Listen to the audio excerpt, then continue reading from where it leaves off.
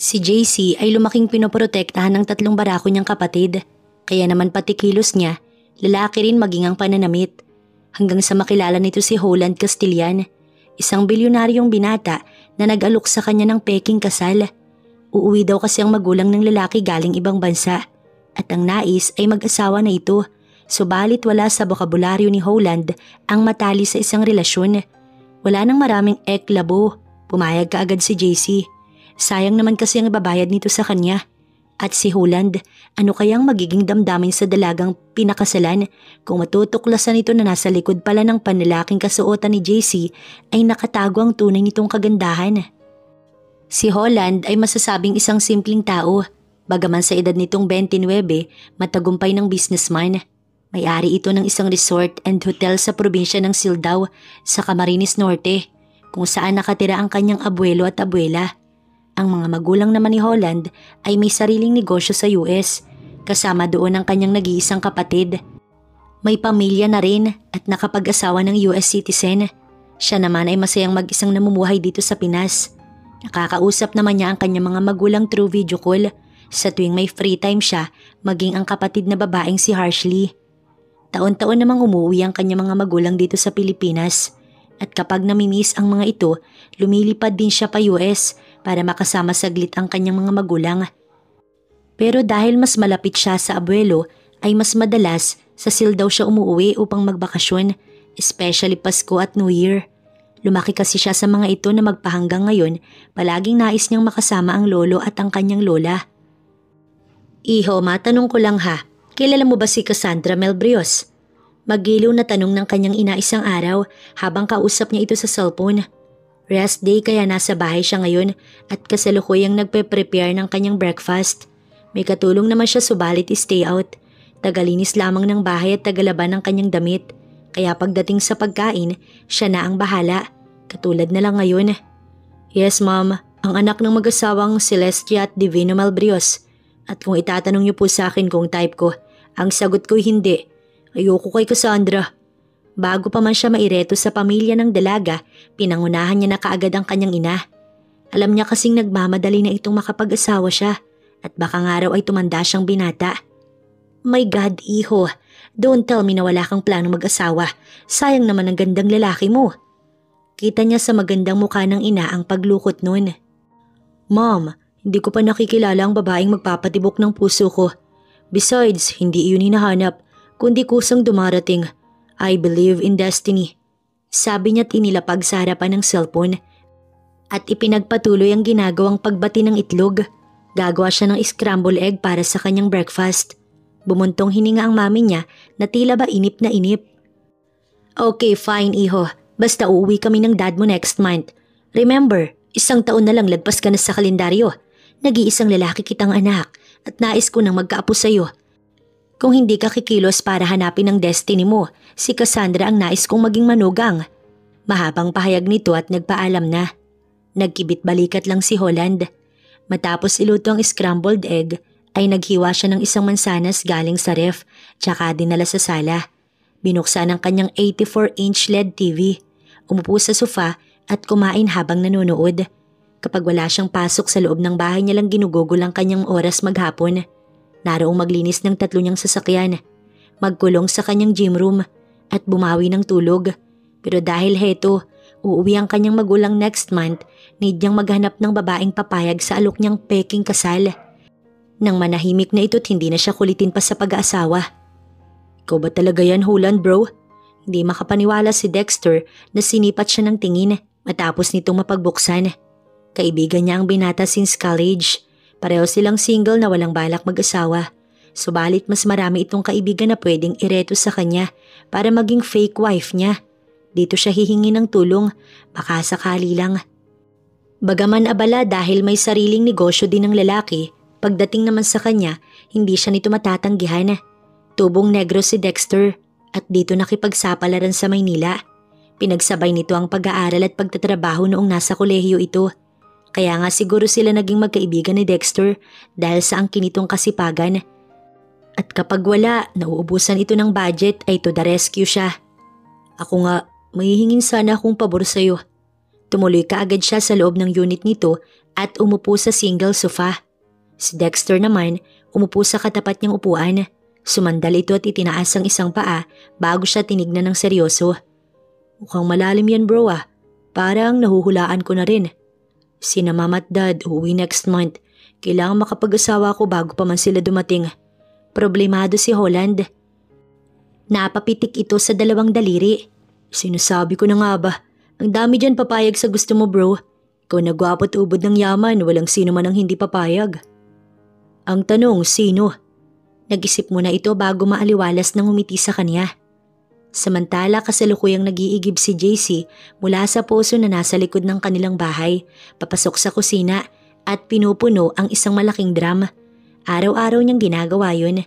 Malaking bagay kasi yun para lumaki ang kanyang muscle, katulad ng 3 kuya niyang sina Jude, Delo at Raul. Ang siga sa kanilang barangay. Takot ang mga tambay sa mga ito. Kaya nga ni Isay walang bumabastos sa kanya, kundi babalian ito ng buto ng kanyang 3 kuya. Dagdagan pang sa construction nagtatrabaho ang mga ito, kaya malalaki ang mga muscle at may tipak-tipak na nakaumbok sa tiyan. In other words, macho ang kanyang mga kuya. At siya ganun din ang gusto.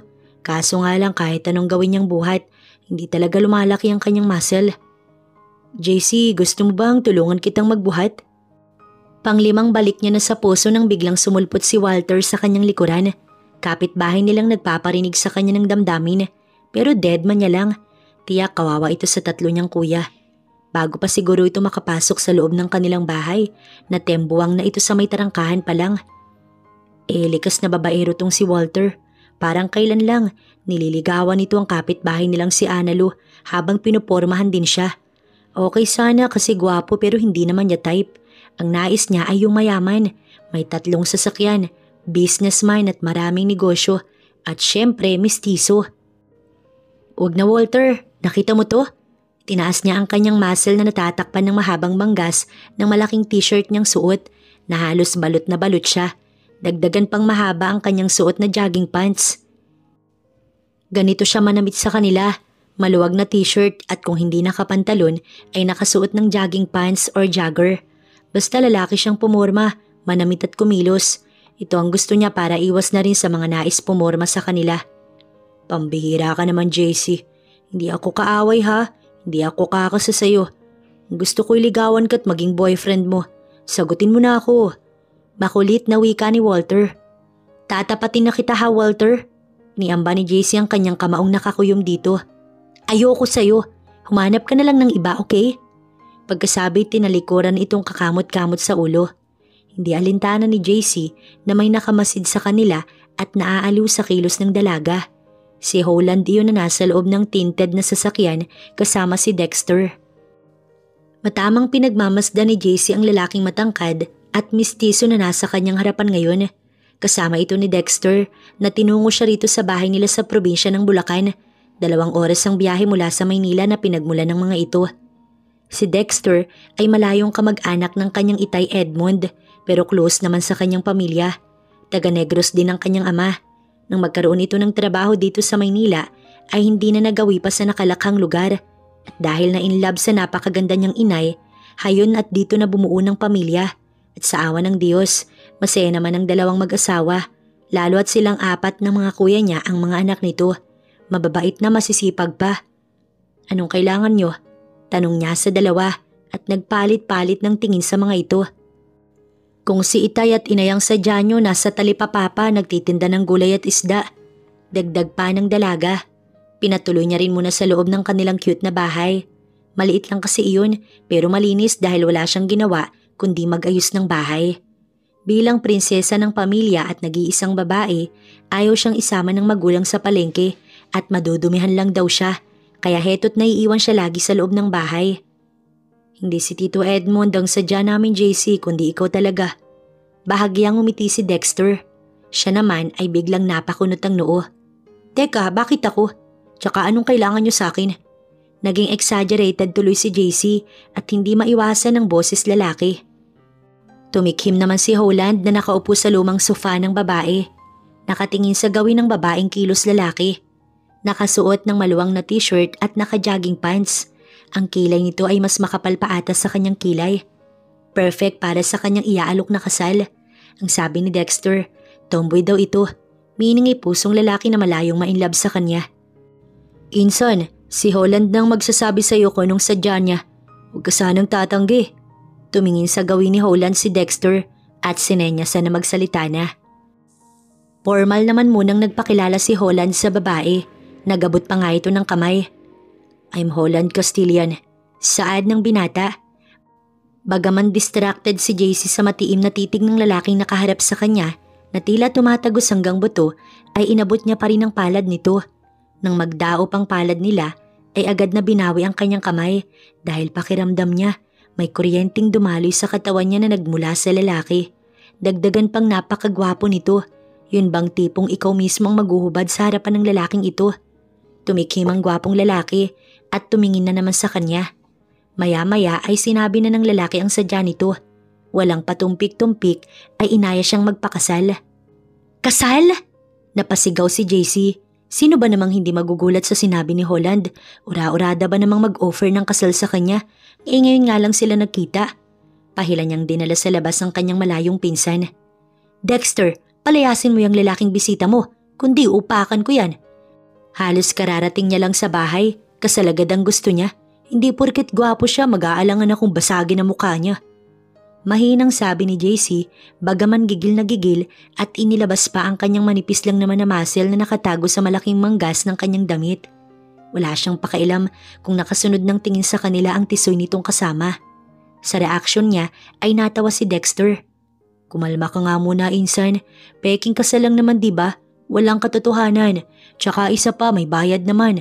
Paliwanag ni Dexter sa kanya at pahila din siyang dinala nito sa labas ng bahay dahil tila naririnig ng kasama nito ang kanilang pinag-uusapan. Naiinis kasi siya't hindi mapakali. Paano sina inay at itay, Aber? Yung mga kuya ko, gusto mo bang pilayan yung Holland na yan? Paalisin mo yan. Gigil pa rin si JC. Lumalabas ang pagiging boyish. Di mo naman kailangan sabihin na ikakasal ka. Kapag pumayag ka sa pakiusap ni Brad Holland, ako ang bahalang magpaalam kina Tiyo at Tia. Insan, mayaman si Holland. Maraming salapi. Malaki ang ibabayad niya sa'yo. Eh di ba't kailangan niyo ng malaking pera para sa negosyo? Ano na, pumayag ka na. Pamimilit nito sa kanya. Natigilan si JC at nag-iisip. Tama si Dexter. Kailangan nga nila ng pera pambili ng pwesto sa palengke para hindi na nagbabayad pa ng buwan-buwan. Higit sa lahat, pandagdag sa kanilang puhunan. Ang mga kuya naman niya ay magkano lang din ang sweldo. May pamilya na rin ang dalawa niyang kuya at may anak na hindi naman nila maaasahan at nangungupahan lang din. Ang nakapagbibigay lang ng pera sa kanyang magulang ay ang kanyang kuya Delo dahil ito na lang ang single. Hindi rin naman inuobliga ng kanyang ina ang kanyang kapatid sa pagbibigay dahil may pansarili din namang gastusin ng lalaki at tanging siya na lang talaga ang maaasahan ng pamilya. Ano na, insan? Sige na, pumayag ka na. Sige ka, pag tinanggihan mo yan, hahanap yan ng iba. Tapik sa kanya ni Dexter. Pwede bang pag-isipan ko muna? Tanong niya rito. Hindi pwede. Kailangan niya ng sagot ngayon dahil uuwi na ang mami niya next month. Kailangan maging komportable na kayo sa isa't isa. Tsaka tignan mo yung sarili mo, insan. Ang laki ng dapat ayusin sa'yo. Sabay tawa nito ng nakakainsulto matapos siyang pasadahan ng tingin. Ah, ganun. Eh kung ipatikim ko sa'yo tong kamao ko, ha? Galit niyang ikiniyom yun. Yan ang sinasabi kong dapat mong baguhin, insan. Kumilos ka ng kilos, babae. Tsaka yung suot mo, baguhin mo, okay? Patuturuan kita kay Zaira. Bakit ko babaguhin? Eh alam naman pala niyang ganito ko. Isa pa, sinong Zaira? Inis niyang tanong. Kaibigan kong babaeng tunay. Hindi katulad mo, babae nga mukha namang lalaki. Ano na, sasabihin ko na ba kay Holland na payag ka? Naiinip nitong tanong. Sige, pero Dexter, ayoko malaman ni na inay at itay na magpapakasal ako, ha? Tsaka sa mga kuya ko. Baka mamaya, kawawa naman yung kaibigan mo, lulumpuhin niya ng mga kapatid ko. Napangiti naman si Dexter sa kanyang pagpayag, kaya naman sabay na silang pumasok sa loob ng bahay. Si Holland ay napangiti at nakahinga ng malalim matapos marinig ang sinabi ni Dexter na payag na ang pinsan nito sa kanyang alok. Hiningi niyang makapag-usap sila ni JC ng sarilinan at nais niyang maging malinaw ang tungkol sa kanilang peking kasal na inaalok niya. Thank you, JC. Panimula niya nang sila nalang dalawang nag-usap. Seryoso itong nakatingin sa kanya na tila siwa. Sabi na sa akin ni Dexter na peke ang kasal natin kapalit ng malaking halaga. Yes, willing ako magbayad ng kahit na magkano para sa babaeng papayag sa offer ko. Kung ganoon, hindi natin kailangang magsiping. Wala kang gagawin sa akin. Hindi mo hahawakan ni dulo ng daliri ko. Dahil pag ginawa mo yun, mananagot ka sa kamao ko. Malinaw na usapan yun, Holland. Matapat at prangkang saad ni JC sa matapang na boses lalaki. Napatikhim naman si Holland sa hayagang pagsasabi nito. Sa bagay kahit kilos lalaki si JC at kahit magsuot pa man ito ng maluwag na damit, babae pa rin ito. Wala akong gagawin, JC, at hindi rin natin kailangang gawin ng isang bagay na ginagawa ng mag-asawa. Okay, malinaw. Magpapaalam na muna ako sa mga magulang ko at pagkatapos nun, pwede na akong sumama sa iyo.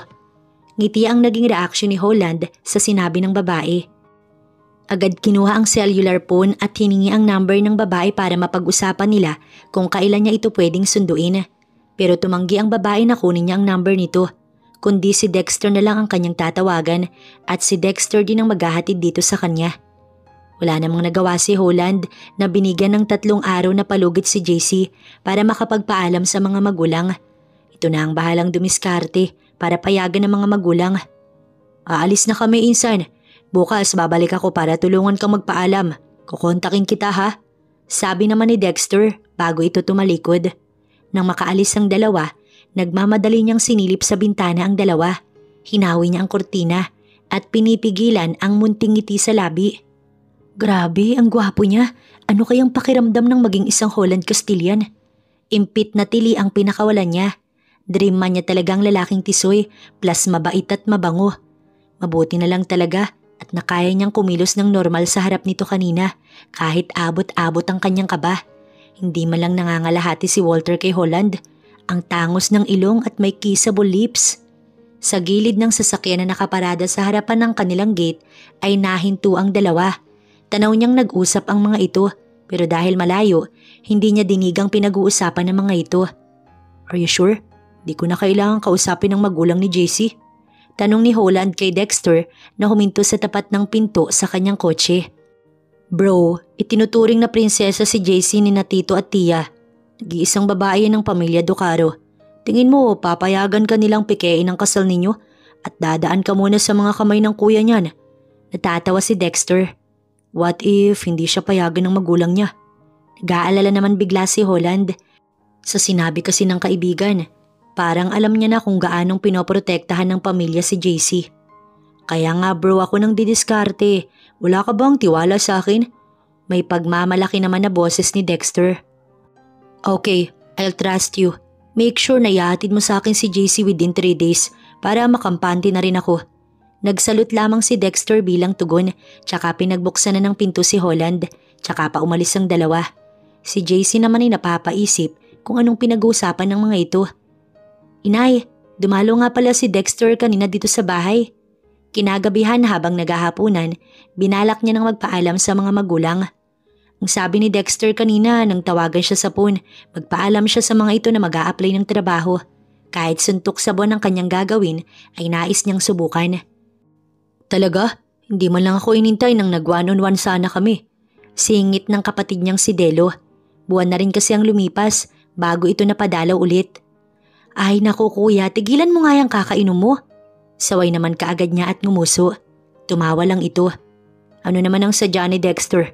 Balita ko. Abala na siya sa resto bar niya. Mukhang big time na tong si Dexter, hindi lang halata. Ang ama niya naman ang sunod na nagsalita. Dahil dito, nagkaroon siya ng ideya. Oo nga po itay, kaya siya nagpunta dahil kailangan niya ng cashier sa kanyang resto at pinakiusapan niya ho ako. Pagsisinungaling ni JC. Sa kanyang sinabi ay napaangat lahat ng paningin sa kanya ang tatlo. Naku anak, maraming bastos dun sa bar nga diba? React ng ina niya na agad na tumutol. Oo nga bunso, dito ka na lang sa bahay. Sumigunda naman ang kanyang kapatid. Inay, hindi naman po pwedeng nandito na lang ako palagi sa loob ng bahay at nagkukulong. Gusto ko pong maranasang magtrabaho at kumita ng pera para naman makatulong sa inyo. Isa pa, hindi sasantuhin ng kamao ko yung babastos sa akin. Wika niyang tinigasan ng boses at pinakita niyang nakakuyom ang kamao. Natawa naman ang kanyang kuya Delo. Alam mo JC, malakas ang tunay na lalaki. Hindi mo pa kayang protektahan ang sarili mo. Habang ang ina ay hindi kumbinsi, tumututol ito't nag-aalala. Payag ako. Nang biglang nagsalita ang kanyang ama na kanina, tahimik at nakikinig lamang. Nagningning bigla ang magagandang mata ng dalaga na napatingin sa gawin ng kanyang ama. Sapat na sa kanya ang pagpayag ng ama dahil ibig lang sabihin nito pwede pa niyang kumbinsihin ang kanyang ina at ang kapatid niya. Napatingin ang kanyang ina sa gawin ng asawa. Pero Edmond, love, hindi habang panahon na sa mundong ibabaw tayo. Ayaw ko makasanayan ni JC na nandito lang sa loob ng bahay nagkukulong na kahit makipaghalubilo sa iba hindi niya nagawa. Hayaan mo siyang matutong magdesisyon para sa sarili niya. Nasa tamang edad na siya. At nagsimula na ngang kumbinsihin ng kanyang itay ang kanyang inay. Ang kuya Delo niya ay pumayag na rin. Pero itong nanay niya hanggang sa loob ng kwarto ng mga ito, naririnig pa rin niyang kinukumbinsi ng kanyang ama ang asawa. Gayunman, alam niyang mapapapayag din ito katagalan. Wala pa mang 3 araw, kasama na ni Dexter si JC sa araw na iyon. Nagtiwala ang ama niya sa lalaki nang ipagpaalam siya ni Dexter. Pero ang alam ng kanyang mga magulang kay Dexter siya magtatrabaho. Hindi niya sinabing titira siya sa isang Holland at magkukunwaring asawa nito. Kung todo habilin pa ang kanyang ama kay Dexter na huwag siyang pababayaan bago sila tuluyang umalis. Iyak nang iyak naman ang kanyang ina. Anak, mag-iingat ka doon ha. Huwag mo nga hayaang mapagod. Mahal na mahal kita anak. Ayoko mawalay ka sa amin ng itay mo. Hindi mo naman kailangang magtrabaho. Habang yakap ay sabi ng kanyang ina. Inay talaga hindi ako mag-a-abroad. Pambihira naman ho kayo. 2 oras lang naman ang biyahe mula dito pa Maynila. Napakalapit lang po. Tinawanan niya ang overacting niyang ina. Pero masaya siyang sobrang mahal na mahal nito. Love, aalis na sila. Tama na yan. Nakakaya sa mga kapitbahay. Sabihin nilang malaki na ang anak mo, bini-baby pa. Malambing na bulong ng kanyang ama sa asawa. Nag-aantay na noon si Dexter sa loob ng sasakyan. Tsaka lang siya binitiwan ng ina at binalingan si Dexter. Kung todo bilin ito sa kanyang pinsan. Panay-tango lang din ang sinasagot ni Dexter sa mga tiyo at tiya hanggang sa tuluyan silang nakaalis. Tatawa-tawa lang ang lalaki. Hindi naman daw kasi ganun ang parents nito noong umalis ito pa Maynila. Kung tutuusin, mas malayo ang Negros. Pero sinabi niyang first time niyang malalayo sa kanyang magulang. At nangako si Dexter na hindi niya pagsisisihan ang kanyang naging desisyon. Nagpasalamat na lang din siya rito dahil malaking tulong iyon sa kanyang pamilya. Wow, totoo pala talagang ubod ng yaman si Holland. Bulalas ni JC pagdating nila sa bahay ng binata. Puno ng paghanga ang nakarehistro sa mga mata ng dalaga habang inililibot ang paningin sa buong sala ng bahay nito na napapaligiran ng mga mamahaling display. Dito sila tumuloy ni Holland pagkagaling nila sa probinsya. Ang totoo, tinawagan na ito ni Dexter kanina at ibinalitang parating na sila kaya nanatili sa bahay ang lalaki. Nakangiti pa ang binata nang bumaba mula sa hagdan pagkakita sa kanila ni Dexter. Salamat bro. Tinapik nito ang balikat ng kaibigan at nginitian siya. Pagkuway tinawag ang maid at ipinadala ang kanyang gamit sa silid. Bit-bit kasi ni Dexter ang malaki niyang bag. Sumunod ang tinawag nitong si Manang Esme. Nginitian pa sila bago tuluyang tumalikod dala ang bag niya. Paano bro? Ikaw nang bahala sa pinsan ko. Ibalik mo yan sa akin nang walang galos ha. Kundi sa akin ka mananagot. Pinagkatiwala sa akin yan ng kanyang mga magulang. Habilin sa kanya ni Dexter sa kaibigan nito. Sure bro, don't worry. Ingatan ko si JC. Salamat. Tapos magpaalam ng mga ito sa isa't isa, binalingan siya ni Dexter. At sa kanya naman ito nagpaalam. May gagawin din daw kasi ito kaya hindi nagtagal. Feel at home JC at salamat. Sila na lang dalawa ni Holland nung time na yon nang magsalita itong muli. Seryoso ang lalaking nakatingin sa kanya. Salamat, pero tanong ko lang, hanggang kailan ako dito? Hanggang sa pag-uwi ni na mami and daddy at pagbalik nila ng Amerika. Tugon na ibinulsa ang 2 kamay. Paano pala kung 1 taon dito ang magulang mo? Ibig sabihin, ganun tayo katagal na magkukunwaring mag-asawa? Nakapamulagat na tanong ni JC. Sa harap lang naman tayo ni na mami and daddy magkukunwari JC. Hindi rin naman sila magtatagal dito sa Pinas. Minsan 1 buwan lang ang pinakamatagal nilang bakasyon. Pero wag mo munang isipin yon. Ang mabuti pa'y halika't ipapakilala kita kay Manang Esme. Matapos siyang ngitian, nagpatiuna ito sa kanya. Siya naman ay sinundan ng tingin ng perfect nitong likod at kung paano ito astig na maglakad. Nang malingunan siyang nanatili sa sala, huminto ito sa paglalakad at binalikan siya upang hawakan ng kamay niya at alalayang umakyat ng hagdan patungo sa pangalawang palapag ng bahay.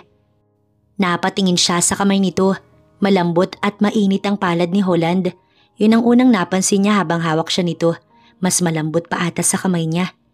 Sa kanyang kwarto ay nadatnan nilang nag-aayos ng damit niya si Manang. Ipinakilala agad siya kay Aling Esme na nobya ni Holland, na bagaman nagtataka ang ginang, wala namang nanulas sa bibig nito kundi tinignan lang siya nito. Sino bang mag-aakala na ang magugustuhan ni Holland ay isang katulad lamang niya? Mahirap na nga, hindi pa marunong mag-ayos sa sarili. Kasalanan to ng kanyang kuya. Pagkatapos siyang ipakilala kay Manang Esme, nagpaalam ang lalaki na tutungo sa office at may mga importante lang daw na gagawin. Naiwan siya sa malaki nitong bahay kasama ang katulong. Mabait naman ang ginang, katunayan ay pala kwento. Sabi nga nito'y stay out ito dati. Ngayon lang pinakiusapan para mag-stay, nang sa ganun may makasama siya. Nalaman niya rin na ng malaking bahay na yun ay pagmamay-ari ni Holland na inaakala niyang sa mga magulang nito. Sa maghapong iyon, hindi siya nainip sa loob ng bahay dahil nag-enjoy siyang kausap si Manang Esme tungkol sa amo nitong binata. Palibhasa, dekada na ang pagiging housemaid nito kaya marami na itong alam. Kwento pa nito, 2 ang anak na napaaral nito sa kolehiyo dahil lang sa pagtatrabaho kay Holland. Wala itong masabi sa lalaki kundi ang mabait. Hi, nakangiti si Holland nang bumungad sa labas ng silid niya kinagabihan. Halatang kadarating lang galing sa trabaho at ang gwapo nito sa mga ngiting yun. Napansin naman ni Holland na hindi pa nakasara ang ilaw sa kwarto ng dalaga kaya kinatok niya ito upang kamustahin at ayaing kumain ng hapunan dahil ang sabi ni Manang Esme hindi pa ito kumakain. Nais niyang maging mas komportable si JC sa tabi niya bago pa man dumating ang kanyang mga magulang. May kailangan ka, Holland? Tanong naman ni JC sa lalaki at dinedma ang kakaibang presensya nito. Halika, nagpahanda ako ng dinner nating dalawa kay Manang Esme. Tugon ng binata, tinignan ng ayos ng dalaga. Katulad ng unang pagkikita nila, nakasuot ng maluwag na t-shirt at jogging pants. Pati pagsasalita ay matigas, sa kilos ay ganun din. Ang sabi ni Dexter sa kanya, mga lalaking araw ang kapatid ni JC kaya siguro nahawa ito sa kilos ng mga kuya. Kaya ang nais niya, baguhin yun at kumilos na parang babae. Kay Dexter niya nalang sasabihin ng bagay na yun, ayaw naman niyang ma-offend ang dalaga. Napapatanga naman si JC sa matagal na pagtitig sa kanya ni Holland. May problema ba sa mukha ko? Hindi siya nakatiis na tanong sa lalaki. Ngumiti at umiling lang ito. Halika na, kumain na tayo. Pagkasabi nun ay nagpatiunang itong lumakad. Siya naman ay nagkibit balikat. Tsaka sinuklay ng daliri ang kanyang mahabang buhok. Hindi kasi iyon nakatali na dati niyang ginagawa. At dahil gutom, hindi na nagpatumpik-tumpik pa si JC. Katulad ng nakasanayan sa kanila ay nagkamay siya at napansin niyang nakatitig na naman si Holland sa kanya. Saglit siyang huminto sa pagsubo at tumingin sa lalaki. Pasensya ka na, Holland, ha? Hindi kasi ako sanay gumamit ng kutsara. Kung ayaw mo naman. No, it's fine, JC. Umiling ang lalaki at ibinaba ang hawak na kutsara at tinidor. Nagulat na lang siya nang maghugas ito ng kamay at ginaya siya nito. Hindi niya maiwasang mapangiti habang nakikitang nagkakamay si Holland na kumakain. Bagay din pala sa isang mayaman nang makita niya sa ganun. Natutuwa siya sa lalaki dahil hindi ito katulad ng mga kilala niyang mayaman na hindi marunong makibagay. Tingin niya na kay Holland na nga ang lahat ng hinahanap niya sa isang lalaki. Matyagang tinuruan ng tamang pagkilos babae si JC ni Zaira sa araw na iyon. Si Zaira ay matalik na kaibigan ng kanyang pinsan na pinakiusapan lang naman ni Dexter para siya ay turuan. Pang 1 linggo na nga nilang ginagawa yun. Ang kaso, bumabalik ang katawan niya sa dating nakasanayan. Malapit na ngang maubos ang pasensya ng dalaga. Kung hindi pa niya nalamang crush nito ang kanyang pinsan, sinukuan na siya nito. Pero tinakot niya lang na ibubuko. Gusto naman niyang matuto kaso ang katawan niya ang ayaw sumunod. Saan kayo nagkakilala ni Insan? Tanong niya habang nagpapahinga sila. Curious kasi siya sa dalawa. Tingin niya kasi bagay ang mga ito. Mabait naman si Dexter at si Zaira ay simple lamang. Sa ngayon magkasosyo ang dalawa sa maliit na resto bar ng pinsan. Galing ako sa gym nung magkasabay kami sa jeep. Ewan, bigla na lang niya akong nginitian, di nginitian ko na rin. Kinikilig pa ito habang nagkukwento. Napangiti siya. Ang sweet ng friendship ng mga ito. 3 taon na. Kailan ka magtatapat kay Dexter? Biro niyang tanong.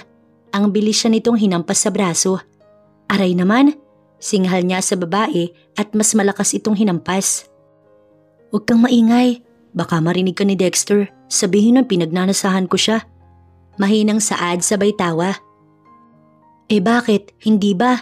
Tigilan mo nga ako, JC, halika na mag-practice na tayo. Sabay hila nito sa kanya. Nasa di kalayuan lang kasi nila si Dexter, kausap ang mapapangasawa niyang si Holland. Nandito sila ngayon sa bahay ng pinsan at wala namang pasok ang lalaki, kaya nagpresenta itong samahan siya. Pakiramdam niya tuloy ang sweet nitong boyfriend, pero syempre hindi siya umaasa. Walang sila, pero crush niya si Holland at hanggang dun lang. Sure naman siya na hindi siya nito type, ang tigas kaya ng katawan niya. Ang unang itinuro sa kanya ni Zaira ay ang maglakad ng may takong dahil nga daw kailangan niyang matutunon lalo't ikakasal siya at magsusuot ng may takong. Sa loob ng 1 linggo, natuto siyang maglakad ng may suot na heels. Yun nga lang ay lakad lalaki. Ang tigas naman kasi ng katawan mo, JC. Nakakainis ka. Hindi mapigilang magreklamo ni Zaira. Pinipilit naman niyang lambutan ang kanyang katawan sa tuwing maglalakad. Yun nga lang ay bumabalik pag siya nalang mag-isa, lalo na kapag nasa bahay. Siya nga sumuko na. Kung tutuusin, hindi naman niya kailangang baguhin ang sarili. Ano kung ganito siya kumilos? Aayawan ba siya ng magulang ni Holland? Inabot pa sila ng kalahating oras. Ngalay na ang kanyang paa sa kakalakad. Time out. Ayoko na, Zaira. Nakakapagod. Reklamo niya na din. Sumalampak siya sa sahig. Tinanggal ang sapatos na may takong at ibinato malayo sa kanya. Dahil dito napatili si Zaira pagkakita sa klase ng kanyang upo. Bruha ka. Huwag kang uupo ng ganyan. Halika nga dito.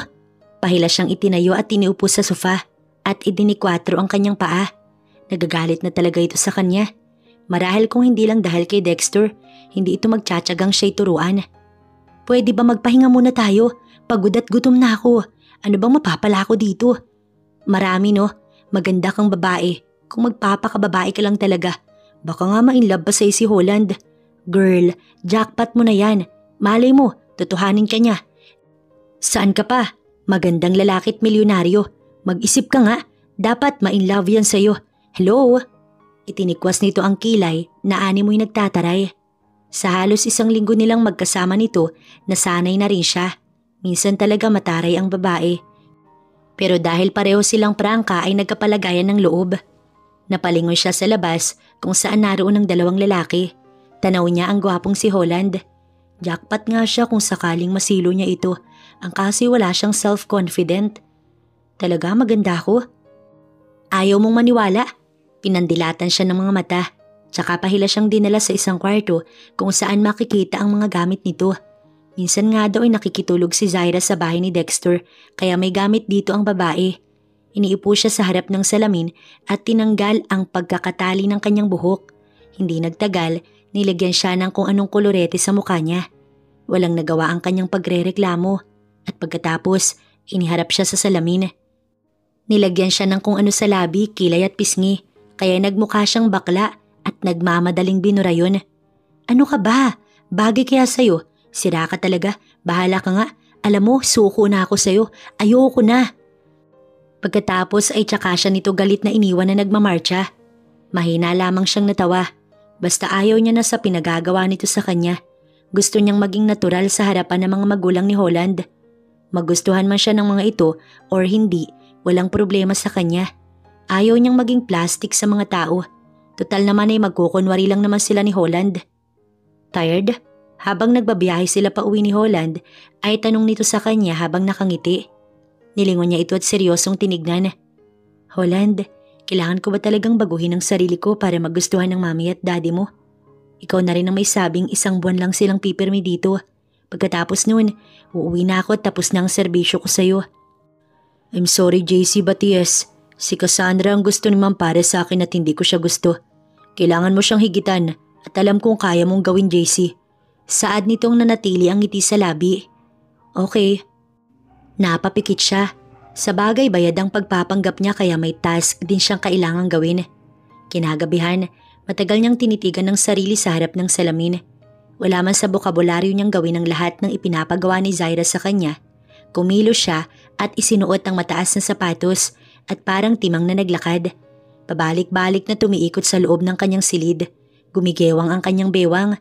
Tuwid ang lakad na ayon sa kilos babae. Mahirap pero sisikapin niya dahil kailangan. Hindi niya alam kung ilang oras niyang nagawa yun hanggang sa napagod na lang siya at nakatulog. Mom, meet my girlfriend and soon to be my wife. Pagpapakilala ni Holland kay JC sa kanyang ina. Ka-video call niya ito ngayon at 2 linggo na lang uuwi ng mga ito sa Pilipinas. Katabi niya si JC sa sofa at nakaharap din sa screen ng kanyang cellphone. Oh, really iho? Mag-aasawa ka na? Gulat na gulat ang reaksyon nito na ngayon ay nakatingin na sa babaeng katabi niya. Yes mom. Napaigtad naman si JC nang bigla siyang akbayan ni Holland para ipakita sa ina nitong girlfriend nga siya. Napatingin ng lalaki nang maramdaman ang reaksyon niya. Pero nakangiti at kunwari walang napansin. Please JC, ngumiti ka naman okay? Inilapit nito sa kanya ang muka at bumulong. Naka-side view sila sa screen kaya mistulang kinintalan siya nito ng halik. Hindi pa man lumalapat ang labi nito. Kinikilabutan na si JC. Kulang na lang kasi yakapin siya nito kaya paniwalang paniwala tuloy ang ina ng lalaki. And JC babe, meet my mom. Tsaka naman ipinakilala sa kanyang ina nito. Babe? Bulalas ng isipan niya sa endearment na ginamit nito. Kulang na lang pumalakpak ang kanyang tenga. Napatitig tuloy siya sa lalaki. Hello iha JC, totoo ba ang sinasabi nitong anak ko? Alam mo kasi, hindi ako makapaniwalang mag-aasawa na kaagad. Tinakot ko kasi yan. Mahalatang masaya ang ina at nasisihan sa narinig mula sa anak. Yes po tita. Tumikim muna at inaral ang malambot na boses. Sa kabilang linya ay napatili ito na parang dalaga. Biglang tinawag ang asawa at hinaltak palapit sa screen at siya'y ipinakilala. Sa wakas nga daw ay mag-aasawa ng nag-iisa nitong anak na lalaki at magkakaroon na ng apo ang mga ito. Pagkarinig sa apo ay halos mabulunan siya sa kanyang sariling laway. Iho, is this true na magpapakasal ka na at ang babaeng maswerte ay nasa tabi mo? Pati ang ama nito ay hindi makapaniwala. Nakatingin ito sa kanyang gawi at nakangiti. Nakatingin din si Holland sa gawi ni JC na may ngiti sa labi. Yes dad, may kakaibang kiliting naramdaman si JC ng mga sandaling yun. Kung ganun, congratulations, bakit pa natin patatagalin? Ang akala niya nga, ang ina lamang ni Holland ang excited, pati pala ang ama nito. Kumabog ang kanyang dibdib sa sinserong nakikitang kasiyahan sa mga mata ng mga magulang nito. Matapos nga nilang pag-usapang uuwi na sa Pinas para sa madali ang kasal nila ni Holland ay nakadama siya ng guilt. Uuwi na raw ang mga ito next week. Masayang masaya ang mga magulang nito habang siya'y heto, nakukonsensya. Ang bait kasi ng mga magulang ng lalaki. Pagkatapos lokohin lamang nila ni Holland.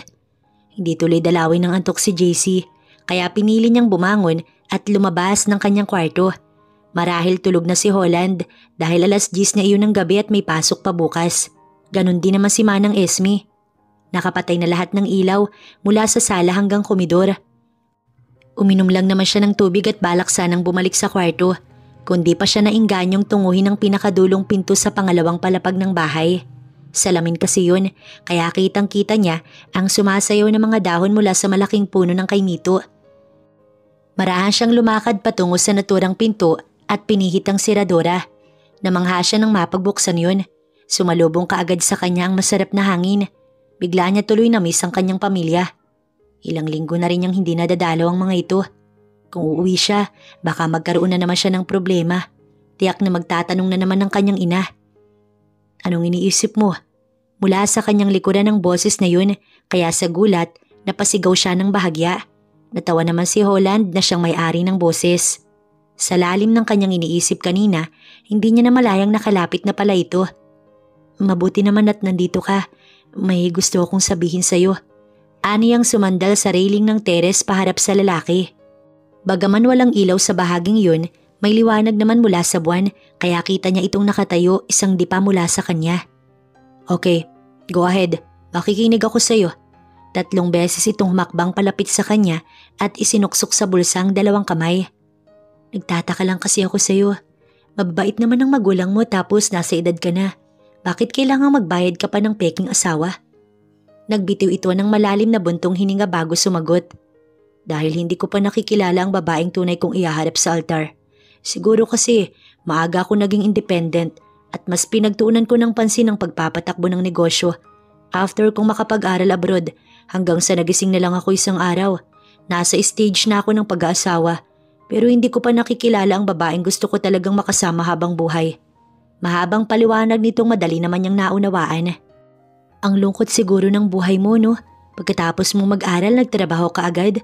As in, hindi mo nagawang mag-enjoy ng kabataan mo. Kabataan ko? JC naman. Tingin ko tuloy sa sarili ko. 90 years old na ako at uugod-ugod. Yun bang wala na akong pwedeng magawa? Napatanga siya kay Holland. Ang saya-saya kasi ng tawang yun ng lalaki at ngayon niya lang ito narinig tumawa ng ganun. Kahit naman hindi masungit si Holland, madalas itong seryoso. Sa tagal niya rito, unti-unti niya itong nakikilala. Namalayan na lang ni JC na nahahawa na siya sa tawa ni Holland. Kalaunan ay biglang sumeryoso ang lalaki. Napansin siguro nitong natawa din siya. Pagkuway tumitig sa kanya. Salamat JC. Kinuha nito ang palad niya at hinawakan bago pinisil. Salamat saan? Alerto niyang tanong, bakit kailangan pa siyang hawakan? Sa ganitong pagkakataon at sa pagpayag mo. Napalunok naman si JC. Kinakabahan siya kapag ganun kalapit si Holland sa kanya. Naku, wala yun. Siguro kailangan na nating matulog. Halika na. Hila niya sa lalaki pero ang totoo, umiiwas lamang siya sa kanilang ayos. Oo nga't kilos lalaki siya, pero babae naman ang kanyang puso. Sino bang hindi mahuhulog sa isang Holland? Manhid na lang siguro siya kung hindi siya mai-inlove dito. 1 linggo pa ang lumipas at tuluyang umuwi na nga ang mga magulang ni Holland at excited na ma-meet siya. Magiliw ang ina nito sa kanya. Niyakap nga kaagad siya paglabas nito ng NAIA terminal dahil sila ni Holland ang sumundo sa mga ito. Sa wakas, na-meet na rin kita in person, iha. You look very simple but gorgeous.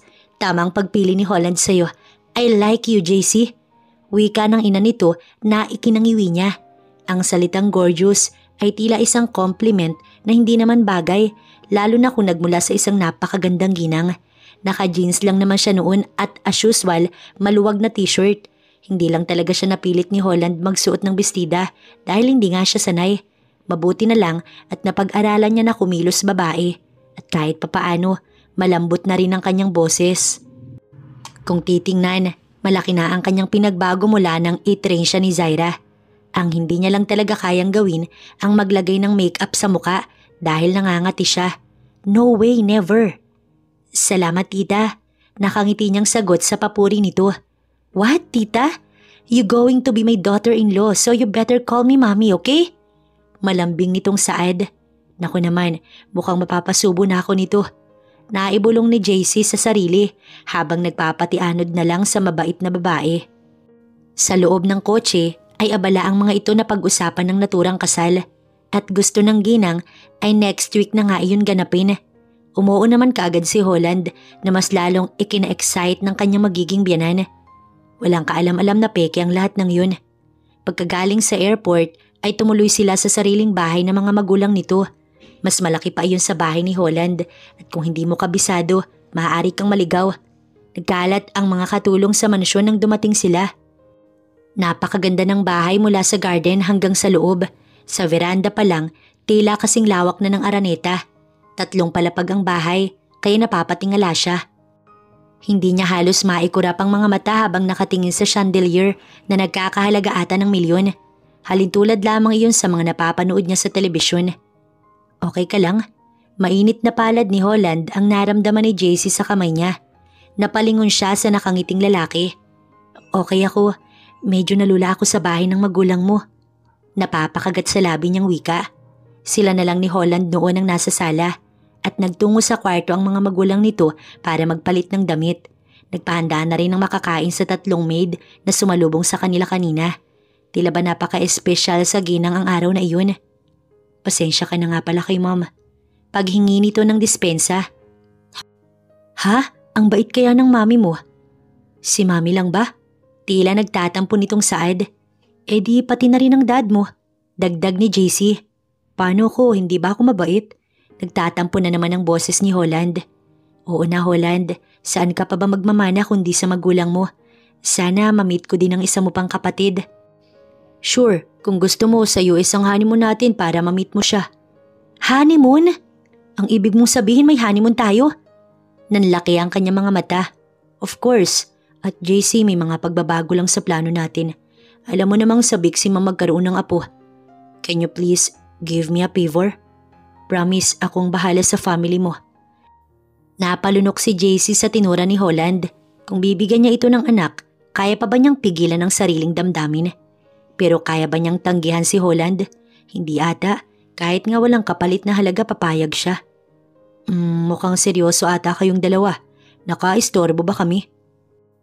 Agad siyang napabitaw sa pagkakahawak ni Holland sa kanyang palad dahil sa gulat.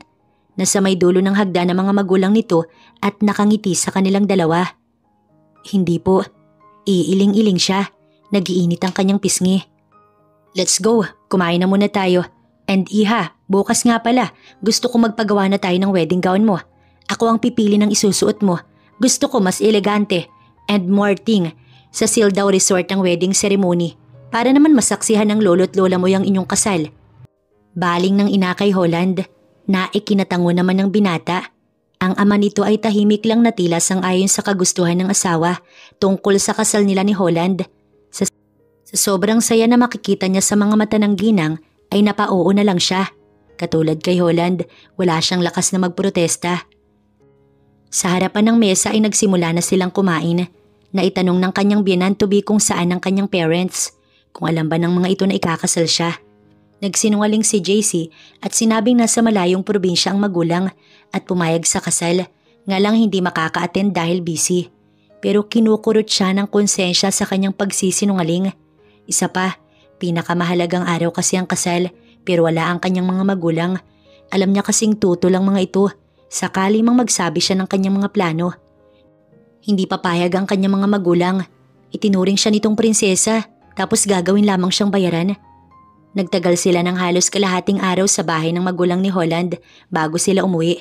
Binigyan siya ng kung ano-anong pampaganda ng ina nito na nanggaling pa sa ibang bansa.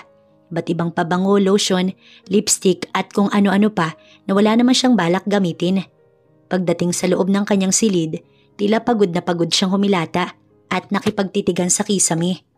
Bakit hindi niya nagawang tumanggi sa sinabi ni Holland kanina na bigyan nila ng apo ang ina nito? Paano na kung nagbubuntis siya ng wala sa oras? Paano niya itatago yun sa mga magulang niya na umaasang may magandang patutunguhan ang paglayo niya sa mga ito? Oo nga't bayad naman siya dahil katunayan niyan nakapagpadala na siya ng 500,000 sa kanyang mga magulang. Paunang bayad din ni Holland sa pagpayag niya na kung tutuusin, napakalaking halaga. Hindi na lamang niya inalam kung anong reaksyon ng mga ito. Siguro sa pagkakataong iyon, may sariling tindahan na ang kanyang mga magulang at nadagdagan na rin ang kanilang puhunan. Iisipin niya na lang na ginawa niya ang lahat ng ito para sa kanyang pamilya. 3 days bago ang kasal nila ni Holland, ay bumiyahe na sila pa Sildao Resort. Pinakasikat daw iyon dito sa Camarines Norte dahil dinarayo ng mga turista. Katabi lang nun ay isang matayog na hotel kung saan maaaring mag-stay ng ilang buwan ang mga nagbabakasyon dito. Pero dahil sa kasal nila ni Holland ay ipinasara muna iyon pansamantala para sa mga dadalong bisita. Sa gilid ng resort ay ang seremonya ng kasal at dito na rin ang venue. Kasabay nilang lumipad pa Sildao ang kanyang biyanan at ang magkaibigang Zaira at Dexter na isa sa mga best man at bridesmaid sa kasal nila. Ang lahat ay makikitang masaya pero siya'y kabado habang paparating ang araw na iyon. Tuluyan na siyang walang nagawa. Pagdating sa probinsya ng Sildao ay nakilala niya kaagad ang lolo at lola nito. Mababait at gandang-ganda sa kanya ang abuela ni Holland. Hindi nga lang niya alam kung saan banda. Siya naman ay aliw na aliw kay Lola Vida. Lalo at wala na siyang kinagis ng abuela. Nakilala niya rin ang tito at tita ni Holland na siyang katiwala sa malawak na lugar. Panganay si Tito Hernan ng ama ni Holland. Mabait din ang asawa nitong si Tita Althea. Wala siyang masabi sa pamilyang Castilian. Lahat ay may gininto ang puso. Mula sa resorts ay 2 metro lang ang layo ng mansyon. Napakalawak nun na napapalibutan ng matataas na bakod. Maraming nagkalat na security guard ang buong lugar, kaya safe ang lahat. Matapos siyang ipakilala sa kamag-anakan ni Holland ay sabay-sabay silang kumain sa restaurant at napakasaya ng mga sandaling yun. Walang ginawa ang mga kamag-anakan ni Holland kundi kantsawan silang 2 ng lalaki na sinasagot lang ni Holland ng ngiti o di kaya malakas na tawa.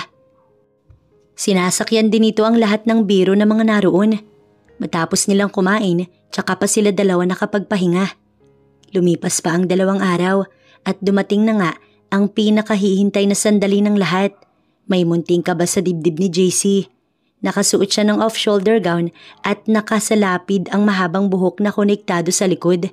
May koronang suot at belong nakapatong sa kanyang ulo. May bulaklak na ibinigay sa kanya ang coordinator.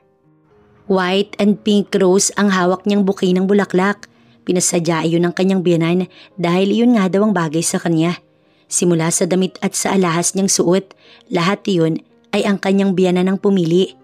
Kumuha ito ng pinakamagaling na makeup artist para sa kanya. Sinabi ni JC na ayaw niya ng makapal na makeup. Sinunod naman siya nito. Katunayan para wala siyang naramdaman sa mukha pagkatapos niyang maayusan. Wow, you're such a beautiful. Finally may sister na ako. Masayang bulalas ni Harshly. Yes, umuwi ang kapatid ni Holland para mag-attend sa kasal nila. At kahapon lang ito dumating kasama ang asawa. Ate JC, sabi pa sa kanya. Natawa siya sa pagtawag nitong ate sa kanya. Gayong magkaedad lang naman sila. Pero dahil kuya naman ito si Holland ay okay lamang. Masarap din naman sa pakiramdam yun dahil walang tumatawag sa kanya ng ate. Pati ang kanyang biyanan ay buong paghanga siyang tinitigan at hinaplos pa ang mukha niya. Ilang sandali pa, sinundo na siya ni Lola Vita. Kapwa malawak ang mga ngiti sa labi na pinagmamasdan siya ng mga naroon. Ready? Tanong pa ng kanyang mami Kate na ina ni Holland. Tumango siya bagaman kabado. Dinala na siya sa harap ng 2 pintuan. Tiyak niyang sa labas noon ay matatanaw niya ang kanyang groom. Naramdaman ni JC ang pagsakop ng kaba at excitement sa kanyang dibdib. Ma'am, thank you sa pagtanggap sa akin ng buong puso. Bago siya tuluyang lumabas ay nilingon niya ito. Nagiging madrama siya. Paano kasi nagawa nilang lokohin ni Holland ang magulang nito at ang lahat ng mga taong mabubuti sa kanya. You're welcome, Iha. This is your special day so enjoy it. Minsan pa siyang niyakap nito at tuluyan na siyang lumabas ng malaking pinto kasabay ito si Lola.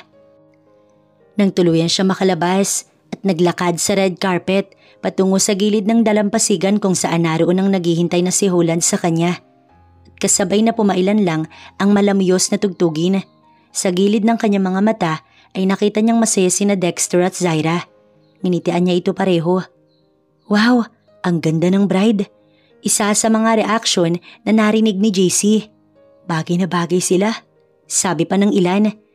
Sa malayo ay nakatanaw si Holland sa naglalakad niyang bride na napapagitnaan ng kanyang lola at ng kanyang mami habang palapit sa kanya. Hindi niya maikurap ang kanyang mga mata sa transformation na ginawa ng makeup artist sa kanyang asawa. He couldn't help but to admire the simplest beauty had ever seen in his entire life. Sa bagay, maganda naman talaga si JC. Mas lalong gumanda nga lang ngayon.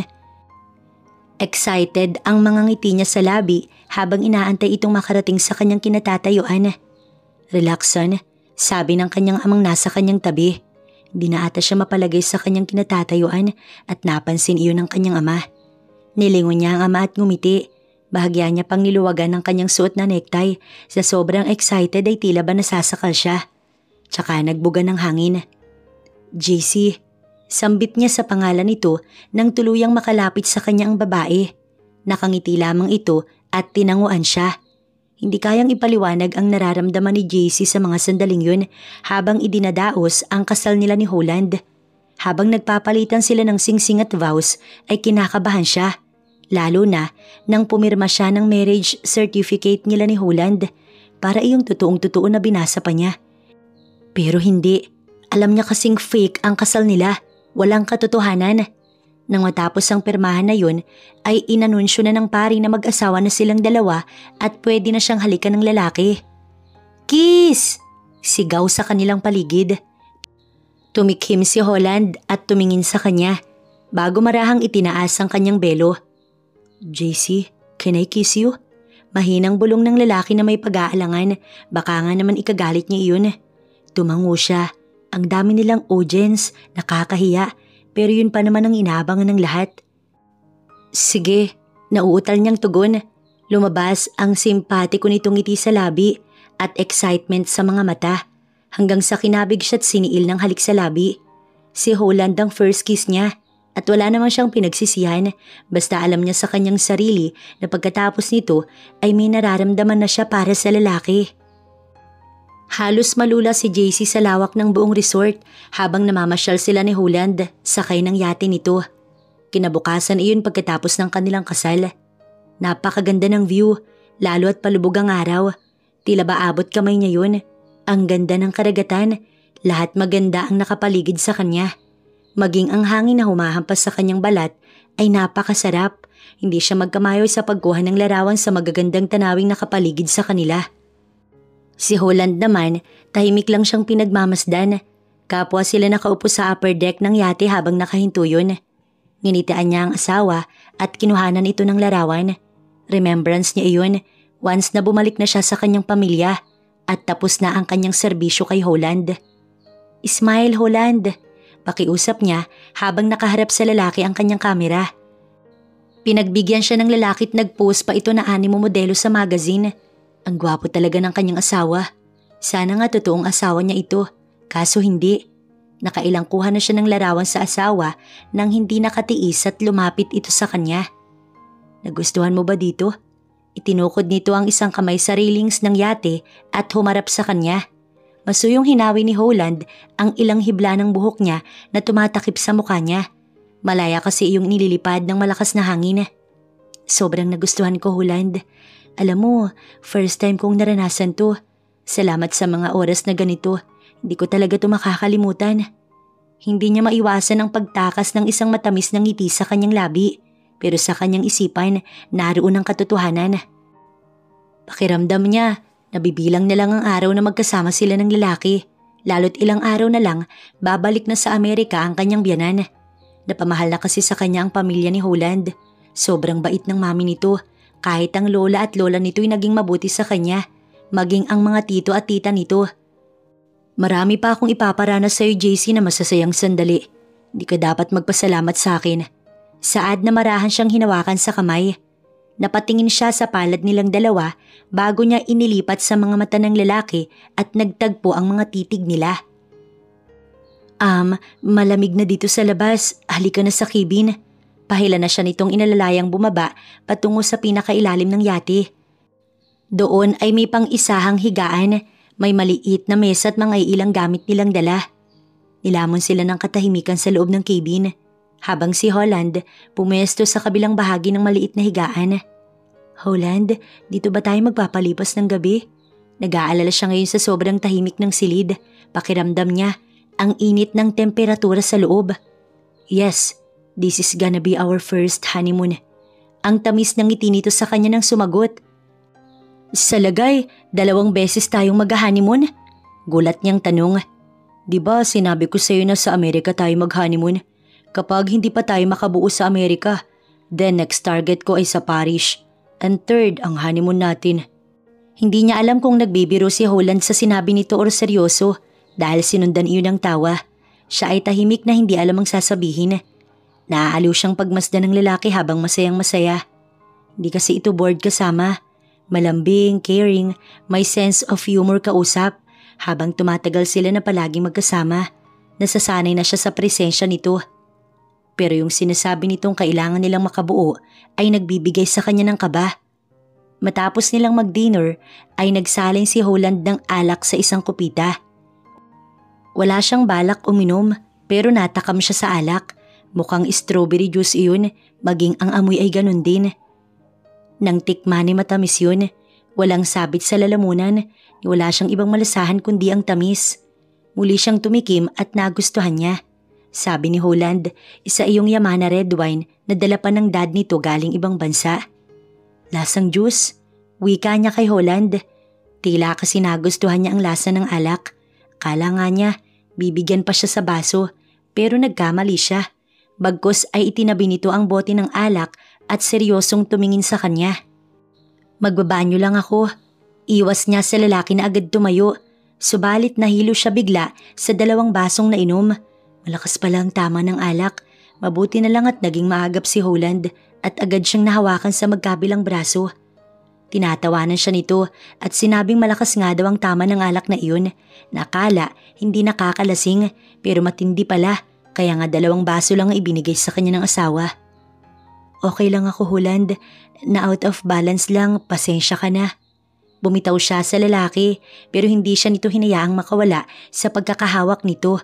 Bagkus ay iniupo siya sa gilid ng higaan.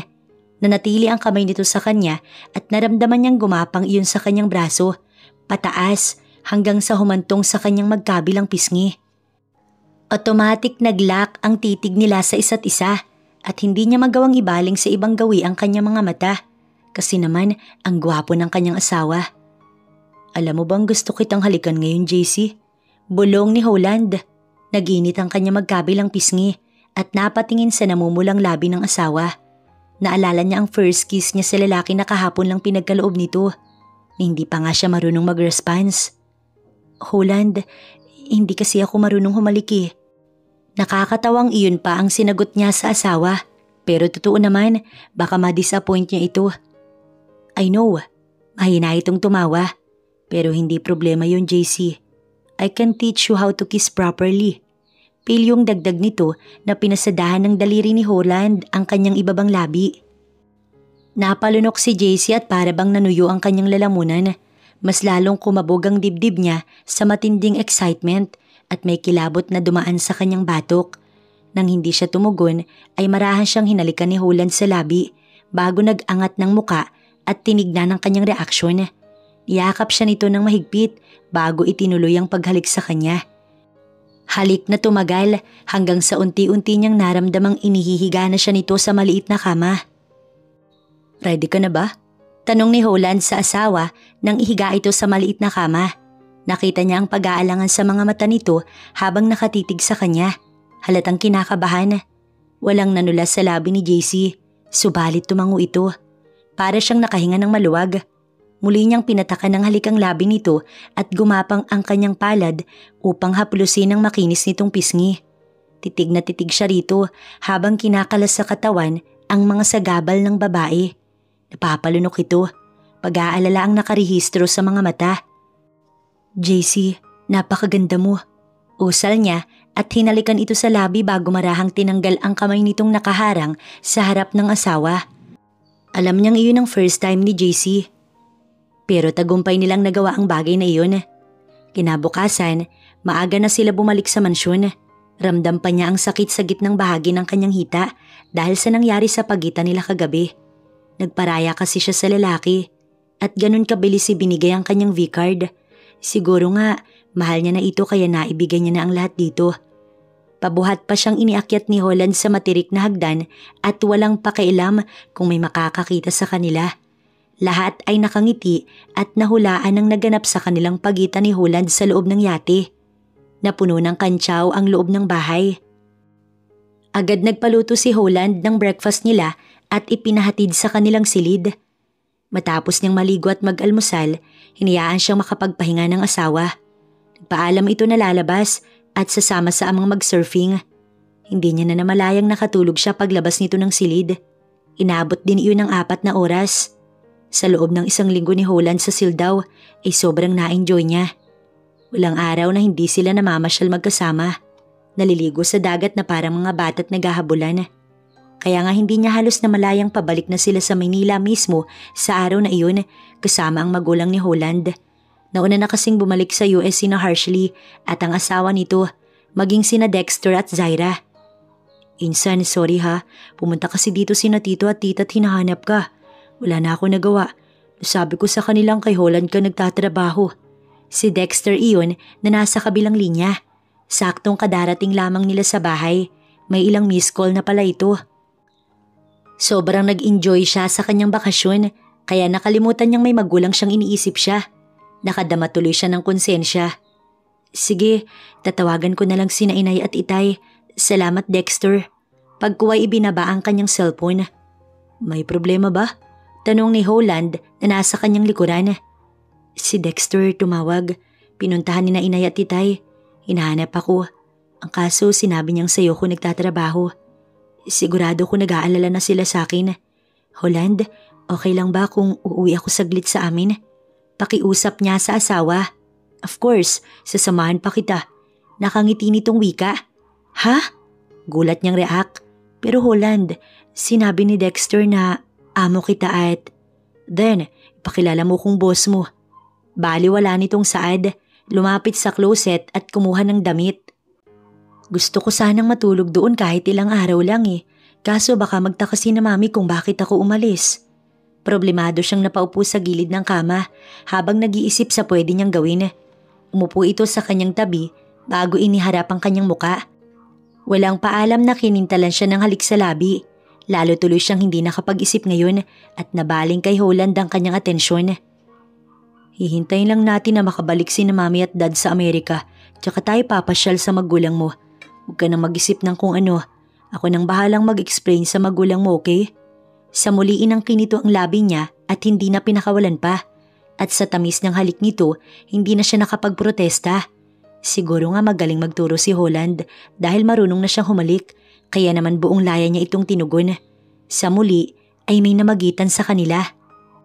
JC, iha, gusto ko pagbalik namin ng dad mo next year. May baby na kay ni Holland. Pwede ba yon, sweetie?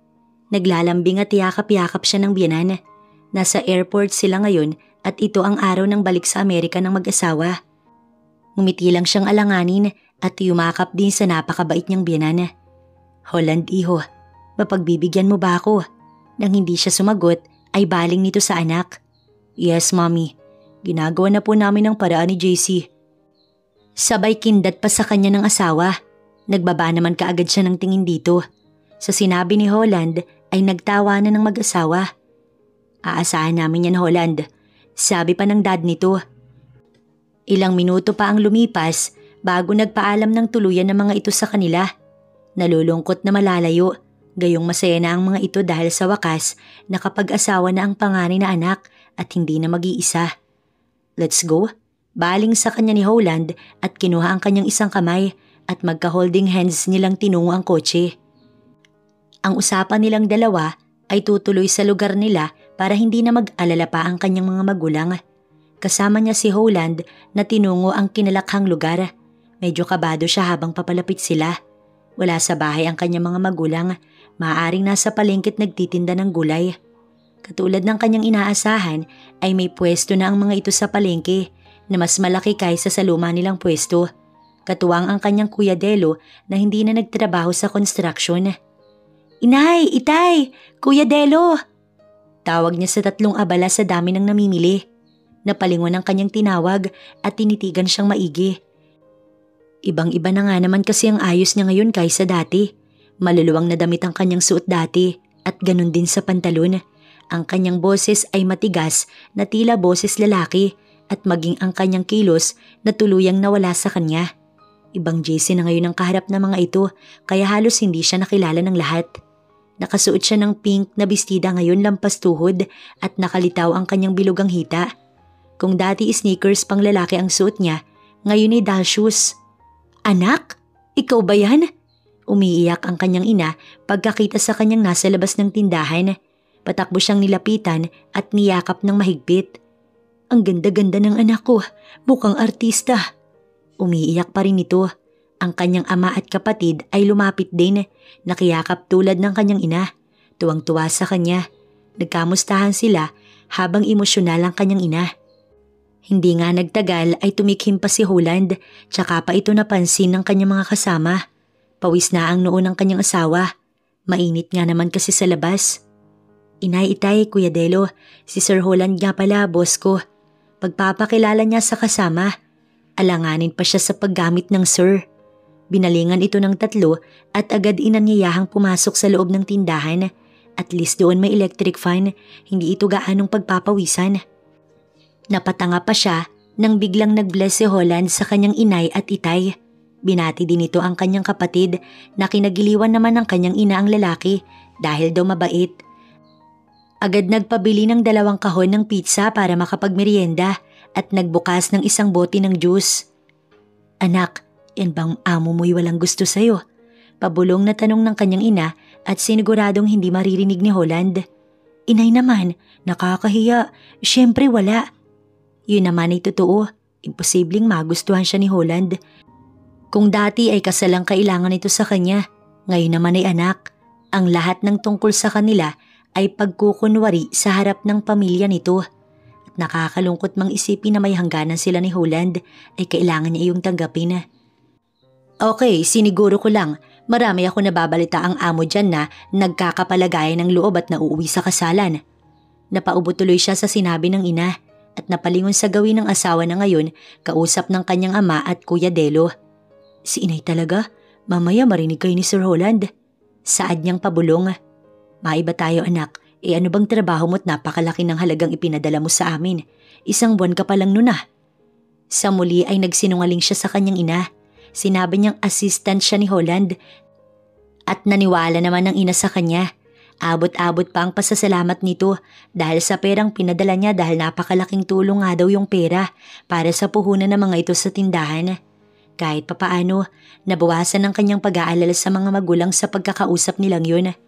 Gustuhin man niyang magpalipas ng gabi sa bahay para makasama ang mga ito, subalit hindi pwede dahil ayaw umalis ni Holland na hindi siya kasama. Salamat Holland. Habang pauwi ay wika niya sa nagmamanehong asawa. Nginitian lang siya nito. Naging panatag kasi ang loob ng pamilya niya dahil sinabi ng lalaki na iingatan daw siya. At huwag nang mag-alala ang mga ito sa kanya dahil si Holland na ang bahala sa kanya. Natutuwa siya na nakagaanan agad ng loob ng mga ito si Holland. 5 buwan nang lumipas matapos silang ikasal ni Holland ay tuluyang nagbunga ang kanilang ginawa gabi-gabi. Nagtataka siya nun sa kanyang sarili na gigising siya ng madaling araw para maghanap ng makakain. Nagugulat pa si Holland dahil sa mga weird na gusto niyang kainin at ang nais niya paggising ay buko. Pinalalagyan niya iyon kay Manang Esme ng condense. Yun lang at busog na siya maghapon. Wala siyang ibang nais kainin kundi kinayod na buko. Hindi kaya buntis ka, JC? Hula ni Manang Esme. Bigla na lang kasi niyang inayawan ng dating paborito niyang buko at naghahanap na naman siya ng iba. Tila naglalaway siyang hindi mawari hanggang sa isinusuka niya na ang laway na naiipon sa kanyang bibig. Pati si Holland nag-aalala na sa kanya. Kapwa sila napatanga nang marinig yun kay Manang Esme. Palibhasa kasi may anak na kaya danas nito ang pakiramdam ng isang buntis. At para makasiguro, dinala siya ni Holland sa doktor. Daddy na ako! At ganun na lang ang saya ni Holland nang ibalita ng doktor na nagdadalang tao na nga siya. Sa pagdadalang tao ni JC, mas naging sweet si Holland sa kanya. Yun bang uuwi ito ng maaga at maraming pasalubong na prutas para kainin niya at sasabihing healthy yun para sa kanilang anak. Kung minsan kahit na nasa office na ang lalaki, ay tatanungin siya kung anong nais niyang kainin at ito na ang bahalang magpa-deliver. Dahil sa totoo lang, pagsapit ng 2 buwan ng kanyang ipinagbubuntis, ayaw niya na ng kahit na anong pagkain dahil isinusuka niya lamang. Sa araw na iyon, ka-video call niya ang kanyang biyanan na tuwang-tuwa sa kanyang pagdadalang tao at pinayuhan siya tungkol sa mga dapat gawing bilang buntis. Ranas naman ito kaya alam nito ang dapat gawin. Hindi ito nakakalimot paalalahanan palagi ang anak para siya'y alagaan na sinusunod naman kaagad ni Holland. Or sadyang maalaga lamang ito sa kanya dati pa. Bago pa nga sabihin ng kanyang biyanan, nagagawa na ng lalaki. On time itong umuwi ng bahay at pagdating, siya kaagad ang hinahanap. Nang sumapit ang ika-6 na buwan ng kanyang baby sa sinapupunan, ay excited itong ipa-ultrasound siya. Doon ay nalaman nilang triplets ang nasa kanyang tiyan kaya doble tuwa si Holland. Nagdagdag ito ng 3 pang maid dahil ayaw siyang mahirapan sa pag-aalaga sa kanilang anak. Hindi pa man nakakalabas ang kanyang mga anak ay may tig-iisa ng yaya. At kung gaano kasaya si Holland sa 3 dinadala ay siya namang saya din ng kanyang biyanan. Palagi kasi itong tumatawag sa kanya para kamustahin siya. Nagtitili ito na parang teenagers sa sobrang tuwa dahil may 3 supling na sila pag uwi ng mga ito sa Pilipinas. Anak, kamusta ka na dyan? Isang gabi ay tumawag ang kanyang ina. Saktong nasa bahay na ang kanyang asawa at patulog na sila. Katunayan ay nasa kama na siya. Nang marinig ang boses ng ina, napatingin siya sa gawin ng asawa at isinenyas na ang ina niya ang nasa kabilang linya. Lumapit ito sa kanya at tumabi upang pakinggan ang kanilang pinag-uusapan. Siya naman ay ini-loudspeaker. Ayos lang naman ako, Nay. Mabuti naman, kaarawan nga pala ng itay mo bukas. Ang bala ko sana ay maghanda kahit na simple lamang. Ano sa tingin mo, nak? Excited pang tanong nito. Nakalimutan niya na ang tungkol sa bagay na yun. Kaarawan nga pala ng kanyang ama bukas. Paano siya makakauwi nito? Malaki na ang kanyang tiyan. Pero paano niya ito maipapaliwanag sa kanyang pamilya? Inay, ano kaya kung kumain na lang kayo sa restaurant? Mapapagod ka pa pag nagluto. Gusto ko sana anak, kumpleto tayo. Ikaw lang ang wala dito. Ang mga kuya mo kumpleto. Malungkot ito sa kabilang linya. Hindi siya makasagot, hindi alam ang sasabihin na napatingin sa katabing lalaki. Hinaplos nito ang kanyang tiyan at sumenyas na umuo na lamang sa kanyang ina. Pinandilata naman niya ito, tutol sa naging plano ni Holland. Anak, nandyan ka pa ba? Untag ng ina sa kabilang linya nang hindi siya magsalita. Sige po, inay, sisikapin kong makarating. Nakangiwi niyang tugon. Salamat anak. Naku, matutuwa ang ama mo nito. Hindi niya nga alam na tinawagan kita. Saad nito't sinabayan ng tawa, samantalang siya tulala nang maibaba ang linya. Lukot ang mukha na tumingin sa gawin ni Holland. Mangiyak-ngiyak. Anong gagawin niya? Pinakamahalagang araw iyon ng kanyang ama. Pero paano siya haharap sa mga magulang na malaki ang tiyan? Paano niya ipaliliwanag na nakalunok siya ng 3 pakwan? At kapag nalaman ng mga kapatid niya ang tungkol sa peking kasal nila ni Holland, tsak lagot ang kanyang asawa. Ako na ang bahalang mag-explain sa kanila. I tell them the truth. Nakasal tayo't nagmamahalan, kaya nagbunga ang pagmamahalang yun. Nakangiti pa si Holland nang sabihin yun. Sana nga totoo na lang na nagmamahalan sila. Baka nga siya lang ang may nararamdaman para sa lalaki. Pero sa ngayon, yun lamang ang tanging paraan para makapag-attend siya sa birthday ng kanyang ama. Tsaka na lang niya iisipin ng iba. Sigurado naman siya na boto ang mga ito kay Holland. Ano pa nga ba nga hanapin ng kanyang mga magulang dito? Bukod sa mayaman ay sobrang gwapo, plus napakabait pa. Minsan nga nasasabi niya sa kanyang sarili na sana nga hindi peke ang lahat. Okay, pagpapatianod na lang niya. Halika na, matulog na tayo. Bawal kang ma-stress. Sige ka, kawawa ang baby natin. Nakangiti itong inalalaya na siyang humiga sa kama habang hinahaplos ang tiyan niya. Good night. Sabi pa't kinintalan siya ng halik sa labi bago pinatay ang ilaw. Pumasok ito ng banyo at paglabas, bagong ligo ang asawa niya at nakatapi lang ng tuwalya ang ibabang parte ng katawan. Kunwari tulog na siya, pero bahagyang nakadilat ang kabilang bahagi ng kanyang mata. At malisyosong nakatingin sa harapan ng lalaki. Kasi naman, sino bang hindi nakatayo yun? Pwede ba JC matulog ka na kung ayaw mong madagdagan ang laman ng tiyan mo? Saway niya sa kanyang sarili at tuluyang ipinikit ang kanyang mga mata. Masyadong mapang-akit ang gwapo niyang asawa. Si Holland naman, nagbihis tsaka pinatuyo ang kanyang basang buhok tsaka tumabi sa mabangong asawa. Tulog na ito kaya malaya niyang napagmasdan. Sa mga sandaling yun, naramdaman ni Holland sa kanyang sarili na hindi niya na kaya pang mawala si JC. Na hindi niya na kayang panindigan ng sinasabing peking kasal. Maaaring naduwag siya sa kanyang tunay na damdamin. Hindi niya lang maamin sa babae na bago pa man itakda ang kanilang kasal, ay alam niya na sa kanyang sarili na ito na ang babaeng nais niyang makasama habang buhay at magiging ina ng mga anak niya. Sa pagharap niya sa mga magulang ni JC, ay nais niyang aminin ang lahat ng nararamdaman niya sa babae, maging sa pamilya nito. Marahan niyang niyakap ang mahimbing na natutulog niya ng asawa. At hindi mapigilang halikan ang nag-aanyaya nitong mga labi, tsaka pa siya pumikit upang matulog na rin. I love you, JC. Bulong niya sa kanyang isipan. Pagdating nila sa bahay, sumalubong kaagad ang kanyang ina. Natigilan ito sa gagawing pagyakap sana sa kanya pagkakita sa extra big niyang tiyan. Nagpalipat-lipat ang tingin nito sa kanilang dalawa ni Holland at nababasa niya sa mga mata nito ang pagkagulat. Nag-bless muna siya, saglit na hindi pinansin ang reaksyon nito. Inay, si Holland po ang asawa ko. pagpapakilala niya sa kasamang lalaki.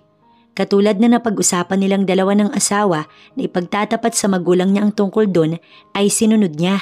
Si Holland ay nakangiti lang. Napatingin agad ang ina niya sa lalaki na kasunod niyang nag-bless dito. Anak, pwede bang mag-usap muna tayo sandali?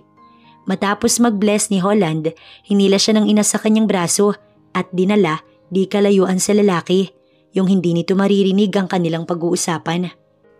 Anong nangyayari anak? Akala ko ba'y walang namamagitan sa inyo ng amo mo?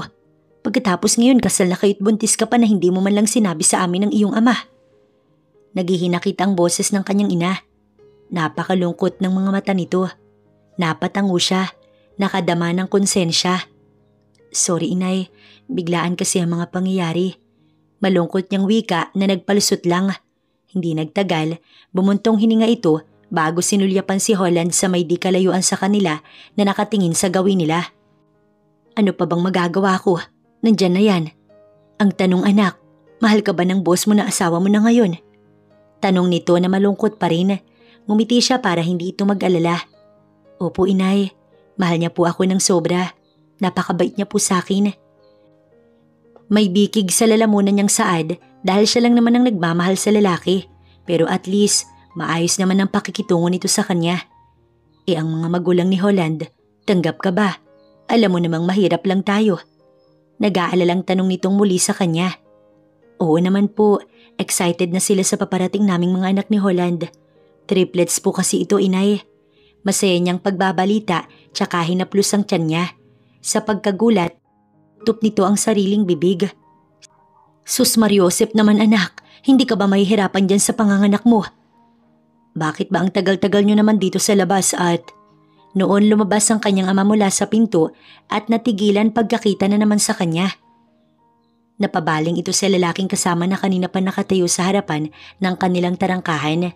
Natuon ang tingin ng kanyang ama sa kanyang tiyan. Hindi na siya nakasagot pa sa sinabi ng kanyang ina. Dahil madali nitong nilapitan ng kanyang ama at ito na ang nagpaliwanag. Siya naman ay lumapit kay Holland. Ginanap nito ang kanyang palad at tinignan siyang may ngiti sa labi na tila ba sinasabing okay lang ang lahat. Ilang sandali pa, pumasok na sila sa loob. Naroon ang kanyang tatlong kuya, kasama ang pamilya maliban sa kanyang kuya Delo, dahil ito na lang ang binata sa kanila. Ang ama niya nang nagpaliwanag kung bakit nakikita ng lahat na siya'y nagdadalang tao. Sa harapan ng kanyang pamilya, umamin sila ni Holland sa kanilang damdamin kaya naisipan nilang magpakasal. Inay, itay, wag po kayong mag-alala kay JC. Mahal na mahal ko po siya at ang triplets namin. Sabi ni Holland sa mag-asawang naroon. Totoo ba yan Holland? Hindi nakatiis ang isa niyang kapatid na si Kuya Raul. Seryoso itong nakatingin sa katabi niyang asawa. Oo nga naman, mayaman ka't alam namin kayong mga mayayaman. Minsan ginagamit niyo lahat ng kapangyarihan niyo, makuha lang ang gusto. Sumigunda naman ang kanyang Kuya Jude. Mas seryosong-seryoso ito kaysa sa kanyang Kuya Raul. Heto lang ang masasabi ko sa inyo Holland. Ayokong mababalitang umiiyak ang kapatid namin dahil mahal na mahal namin yan. Tandaan mong kahit napakayaman mo pa, hindi mo na mapapakinabangan yan kapag kinanti mo ang prinsesa namin. Mula pagkabata iniingatan namin yan. Tandaan mo yan Holland. Hindi pa man noon nakakapagsalita ang kanyang asawa ay nagsalita ng muli ang kanyang Kuya Raul. May pagbabanta pa ang boses. Mabuti nga hindi sumabad ang kanyang Kuya Delo. Kuya naman, huwag niyong takutin ang asawa ko. Hindi niya ako pinilit. Minahal ko siya bago kami ikinasal. Binago niya ako pati ang damdamin ko pero kusa yun. Maniwala ho sana kayo sa akin. Singit niyang maiiyak dahil mukhang bumibigat ang mga kataga ng kuya niya at nasasaktan siyang marinig yun ni Holland. Mahal kasi siya ng pamilya ng asawa kaya gusto niyang pantay din ang trato ng mga ito sa lalaki. Ito kasi talaga ang kinatatakutan niya sa mga kuya niya noon pa, ang pagiging protective sa kanya. Bunso, seryoso ko. Kaya kong balian ng buto ang asawa mo oras na sinaktan ka niyan. Salo pa nito sa kanya na tumingin kay Holland. Dahil dito, napatikhim ang kanyang asawa. Wag ho kayo mag-alala. Wala po sa plano kong saktan ko siya, kundi ang alagaan at pakamahalin. Si JC na po ang buhay ko ngayon. At sa tingin ko hindi ko kayang magpatuloy kung mawawala pa siya sa akin. Tila naging seryoso si Holland sa mga salitang binitiwan nito sa harap ng pamilya ni JC. Naantig tuloy ang puso ng mag-asawa. Nakatagpo na kasi ang pinakamamahal nilang anak na babae ng tamang lalaking magmamahal dito at si Holland iyon. Pagkatapos sabihin ni Holland ang katagang yun, ay nilapitan ito ni Raul at Jude tsaka kinamayan. Nagpasalamat syempre sa magandang trato kay JC. Tanggap ka na sa pamilya, tol. Saad ni Raul habang kinakamayan ng lalaki. Tila nakahinga naman ng maluwag si Holland. Mali nga naman kasi ang intro niya sa pamilya nito. Nauna ang kasal at pagbubuntis ng asawa bago humarap sa mga ito, kaya naiintindihan niya rin ang pamilya ni JC. Hanga siya sa mga kuya nitong sobrang magmahal sa kapatid. Hindi siya natakot or naduwag sa mga ito, kundi lihim siyang natuwa. Siguro kailangan niya nang ipagtapat ang nararamdaman para sa asawa upang maging okay na sila. Sa sumunod na gabi, nagpa-reserve si Holland ng dinner date nila ni JC sa isang restaurant kung saan niya balak magtapat ng kanyang damdamin para sa asawa. Pasado 7:00 ng gabi, sinundo niya na ito. Nagtataka pa sa kilos niya si JC. Holland, anong mayroon? Kunot ang noo habang inaalalayan niyang sumakay sa kotse. Wala naman, naisip ko lang na sa labas tayo mag-dinner. Naku, sayang naman, nagluto pa naman si Manang Esme ng sinigang na bangus at adobong pusit. Diba favorite mo yun? Nakanguso ang kanyang asawa. Matapos lagyan ng seatbelt ay kinintalan ito ng halik sa labi. Sobrang thankful siya na natanggap ng magulang nito, maging ng mga kapatid. Parang may nabunot na kung anong tinik sa dibdib niya pagka-uwi galing sa kaarawan ng ama nito. Kaya hindi siya mapalagay hanggat hindi na ipagtatapat kay JC ang nararamdaman niya. Pagdating sa restaurant, inalalayan si JC ni Holland na bumaba ng sasakyan. Hanggang sa makapasok sila sa loob ng restaurant ay nakaalalay pa rin kay JC ang lalaki. Welcome sir, ma'am, saad ng isang waitress na sumalubong sa kanila. Nagpasalamat si Holland, tumango ito at nagpatiunang binaybay ang gilid ng restaurant patungo sa isang pinto. Nang buksan iyon ng waitress ay tumambad sa kanya ang mesa na may maraming pagkain sa ibabaw. May nakapatong na isang punpun ng bulaklak at napaka-romantic ng dinner na iyon dahil may isang kandila sa gitna ng mesa na siyang tumatanglaw sa loob ng silid. Hindi talaga maiwasang kiligin ni JC sa asawa nang iabot sa kanya nito ang bulaklak na naroon sa mesa. Para sa iyo, my wife, and I love you so much. May ngiti sa labi ni Holland at nagniningning ang mga mata. Napatanga si JC sa sinabi ng asawa at ilang sandali siyang hindi nakapagsalita. Nabato siya sa kinatatayuan habang nakatitig kay Holland. Iniisip kong nagbibiro ba ito. Kumilos naman ang lalaki at masuyo siyang niyakap. Alam ni Holland na nabigla ang asawa sa pagtatapat niya. Dito sa ganitong lugar niya nais aminin ang kanyang nararamdaman dito. Dito, walang makakaabala sa kanilang dalawa. Ilang beses na rin siyang nagplanong magtapat ng damdamin at wala ng atrasan. Holland, anas ni JC kung bakit ay biglang naiyak ang kanyang asawa. Mahal din kita. Patuloy nitong umiyak. Siya naman ay saglit na tigilan at mas lalo itong niyakap. Hindi man kasi nito aminin sa kanya ay nararamdaman niyang mahal na siya ni JC. Hindi ito magaling magtago ng damdamin kaya nabasa niya agad sa mga kilos ng asawa at ipinagpapasalamat niyang mahal siya nito. Yun lang din ang inaantay niyang pagkakataon na marinig ang katagang iyon mula kay JC. Thank you, sweetie. Matagal ko nang nais marinig mula sa iyo na mahal mo ko. And finally, sabi ni Holland at ngumiti. Yun lang at hinagka nito ang nagaanyayang labi ng asawa. Sinimsim iyon na tila masarap na pagkain at tumugon naman si JC sa halik ng kanyang asawa ng buong pagmamahal kasabay ang mainit na yakap. Tsaka sila kumain. Sa sobrang sweet ni Holland ay sinusubuan nito ang asawa habang masayang nag-uusap ang dalawa. Walang mapagsidlan ang kaligayahan na kapwa nila nararamdaman ngayon. Lumipas pa ang 3 buwan at tuluyan na ngang nanganak si JC. Umuwi talaga ang kanyang mga biyanan dahil yun ang ipinangako ng Mami Kate ni Holland. Naroon din ang kanyang ama't ina na ngayon lang din nagkakilala ang mga babae na nagkasundo naman kaagad para sa mga apo. Paglabas niya kanina sa delivery room ay naroon na ang kanyang magulang at kasunod na dumating ang kanyang biyanan na tuwang-tuwa naman. Matapos siyang kamustahin ay tinungo ang triplets sa nursery room. Ang ama niya'y kausap ni Holland kasama ang daddy nito at siya naman kausap ang kanyang ina. Labis-labis itong nagpapasalamat sa maayos niyang nailuwalang triplets at ngayon ay ligtas siya. Hindi biro ang pinagdaanan niya mula sa pagbubuntis hanggang sa panganganak, pero sa tulong ng asawa na palaging nakaalalay sa kanya, naging magaan lang ang lahat. Hindi nagtagal, pumasok ang kanyang biyenang babae, karga ang isa sa mga baby nila at kasunod ang 2 nurse na karga naman ng 2 pang anak nila ng kanyang asawa. Proud at ipinagmamalaki pa ng kanyang biyanan kung sino ang kamuka ng baby girl nila ni Holland. O diba, kamukhang kamukha ni Lola ang baby naming si Krishna? Iyon ang ipinangalan ng biyanan sa isang apo. Ang 2 ay may napili na silang pangalan ni Holland, Julie at Haina. Lahat babae ang kanilang anak, kaya babawi daw siya sa susunod niyang panganak. Dapat triplets ulit at puro naman lalaki. Napuno tuloy ng tawanan sa silid nang humirit si Holland ng isa pang triplets. After 3 days, lumabas na si JC sa hospital at ilang araw ding nag-stay ang kanyang biyanan na siyang nais mag-alaga ng apo. Kapag sabay-sabay nang umiiyak ang triplets, tsaka pa ito tatawag ng katuwang. Ayaw naman siya nitong hayaang mag-alaga, tsaka na daw kapag bumalik na ang kanyang lakas. Sa gabi naman ay si Holland ang nagpapatulog sa triplets. Minsan nga nagigis na niya ito sa silid ng kanilang anak. Tulog at katabi ang 3. Madaling araw na kasing natutulog minsan ng triplets dahil gising ang mga ito sa araw. Subalit matyagang nilalaro iyon ni Holland hanggang sa makatulog ang kanilang mga anak. Naging madalas naman ang pagdalaw ng kanyang ina nang bumalik ang kanyang biyenan sa Amerika pagkatapos ng 1 buwang bakasyon. Nagpa-party pa muna ito para sa pagdating ng triplets bago bumalik sa Amerika. Hay salamat, nakarating din. Wika ng kanyang ina. Na-traffic daw kasi ito paluwas ng Maynila. Kasi naman inay, ayaw niyo pang magpasundo. Andiyan naman si Kuya Waldo. Tukoy niya sa kanilang family driver. Nakakahiya naman kay Holland.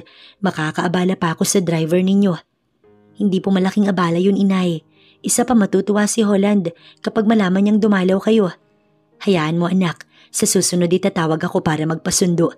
Pupuntahan ko muna ang mga apo ko at namimiss ko na sila. Tsaka siya nito iniwang nakangiti. 9:00 iyon ng umaga at saktong gising ang triplets sa kwarto kasama ang yaya. Sinilip lang din niya ang mga bata tsaka tumuloy sa kwarto nilang mag-asawa. Saktong tumutunog ang kanyang cellphone pagpasok. Napangiti pa siya nang makita sa screen ang pangalan ni Holland. Halos kaaalis lang nito tumatawag na naman. Tiyak na namimiss na nito ang mga anak. Hi sweetie, malambing ang boses nito sa kabilang linya. Dumating si inay, nasa kwarto ng triplets. Really? Namimiss niya na daw ang kanya mga apo. Sakto't gising na ang triplets.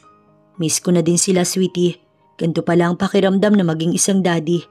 Thank you so much JC. Sobrang saya ko. Naging madamdamin ang boses nito. Ay sus, bakit ka ba nagpapasalamat? Tanong niya. Bagaman kinikilig pero hindi na lang pinahalata. Sa isipan, masasabi niyang sobrang swerte niya sa pagdating ni Holland at ng kanilang mga anak. Ito na ata ang pinakamasayang sandali ng kanyang buhay, ang magkaroon ng isang Holland Castilian at 3 supling na hindi niya inaasahan na darating sa kanyang buhay. Matuloy na lumipas ang 3 taon at ngayon nakikita nilang mag-asawa ang masaya nilang anak habang naghahabulan sa gilid ng dalampasigan at nakikipaghabulan sa 2 lola, ang kanyang biyenan at ang kanyang ina. Lahat sila'y nasa Sildaw ngayon para sa 1 buwang bakasyon, kasama ang kanyang ama't ina maging ang kanyang mga biyenan. Dito sa resort nila ginanap ang kasal nilang 2 ni Holland at dito din nila ginanap ang kanilang anibersaryo. Ang akala niyang peking kasal ay totoo pala. Nung time na yun ay in love na daw sa kanyang lalaki at ayaw na siyang pakawalan pa. Sino bang makakapagsabi ng isang peking kasal na yun ang magiging simula ng kanilang magandang pagsasama at makakabuo ng 3 supling? Sa nakikita niya ngayon, wala na siyang mahihiling pa. Mabait na biyanan, maging ang mga kamag-anakan ni Holland ay mabubuti sa kanya. Mayayaman, subalit napakasimple. Kahit ang mga tito at tita ni Holland, tuwang-tuwa sa kanilang cute na triplets, maging ang lolo at lola ng kanyang asawa. Pasalampak siyang umupo sa buhangin na tinatanaw ang mga anak na naghahagik-gikan. Habulin mo si Lola. Malakas na tawa ng kanyang biyenang babae. Nagtititili naman si Krish nang humahabol sa abuela. Nadapa pa pero bumangon na tila walang nangyari. Humabol din si Haina at Julie. Tumitili ang kanyang ina at nakasunod ang 3 apo. Sa dagat ay naroon ang daddy ni Holland at ang kanyang ama sakay ng watercraft. Ito ang banding ng kanyang ama at biyanan bukod sa swimming rowing. Kung gaano ka-close ang kanyang biyanang babae sa ina, ay siyang close din ng kanyang daddy Sauro sa kanyang itay Edmund. Kaya kapag ganitong pagkakataon na magkakasama sila, namimiss ng isa't isa ang banding na yun kapag bumabalik na sa US ang mga biyanan niya. At ang eksenang iyon ay masaya nilang pinanonood mag-asawa. Katabi niya ito't yakap-yakap siya nito. Kapwa sila nakangiti. Nang mapalingon sa kanyang gawi ay seryosong tumitig. Tinanggal ang suot na dark shade at kinintalan siya ng halik. Habang tumatagal at lumilipas ang panahon ay mas lalong nagiging sweet ang kanyang asawa. Maraming nagseseksihan sa kanilang paligid ng mga turista dito sa Sildaw Resort pero tanging siya lang ang nakikita nito. Siyempre, hindi siya nagpakabog. Nagsuot din siya ng sexy swimsuit. Si Holland bagaman na hindi siloso ay may pagka-protective kaya binalot siya nito ng manipis na tela mula sa kanyang bewang. Ang kaseksihan niya raw ay dapat sa asawa lang ipinapakita. Hindi naman kasi maiwasan ng iba na wag mapatingin sa kanya. Alagang magulang at kapatid siya mula pagkabata at ngayon alagang Holland. Para saan? Matapos siyang halikan ay tanong niya. For everything, hindi ako nagsising nakilala kita. Salamat kay Dexter. Pagko ay mahina itong tumawa. Ako din Holland. Thank you at may isang ikaw na mapagmahal. Habang nagpapalitan silang mag-asawa ng sweet message ay binulabog sila ng 3 anak. Mabilis na nagpakandong sina Krishna, Julie at Haina kay Holland at nagayang maligo sa dagat na pinagbigyan naman nilang mag-asawa sa pinakamababaw na parte lang naman ng dagat. Pagod na raw ang 2 abuela ng mga ito at nagpapahinga na sa kalapit na cottage.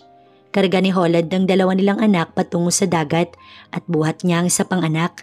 Sinabayan nilang mag-asawa ang kulitan ng mga ito hanggang sa kusa ng sumuko at nais ng magpahinga. Pasado 12:00, sabay-sabay silang kumain ng masarap na tanghalian.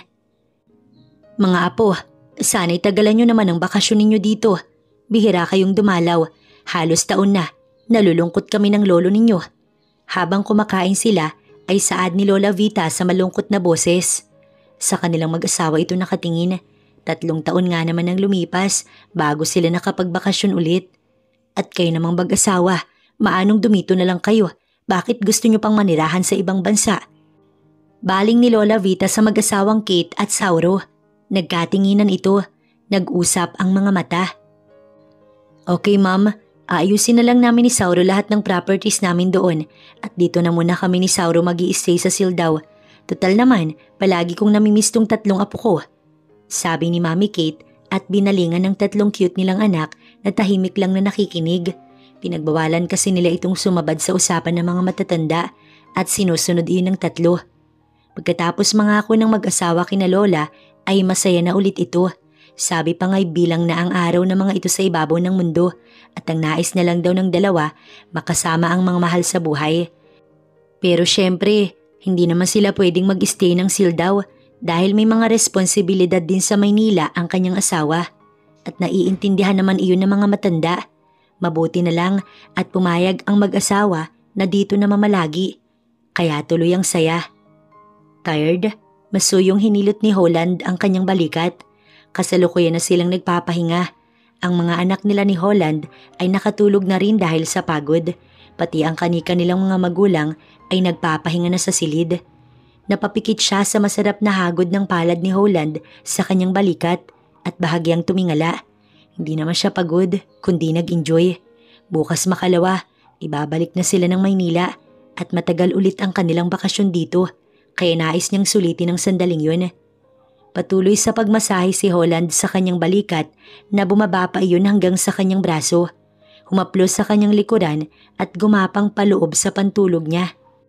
Unti-unti na siyang naiga sa malambot na kama at ngayon kasalukuyan na nilang tinatrabaho ang pangalawang triplets. At di naman sila nabigo ni Holland dahil pagkalipas lang ng 9 na buwan, nagsilang ulit siya ng triplets at sa pagkakataong yun, puro lalaki naman.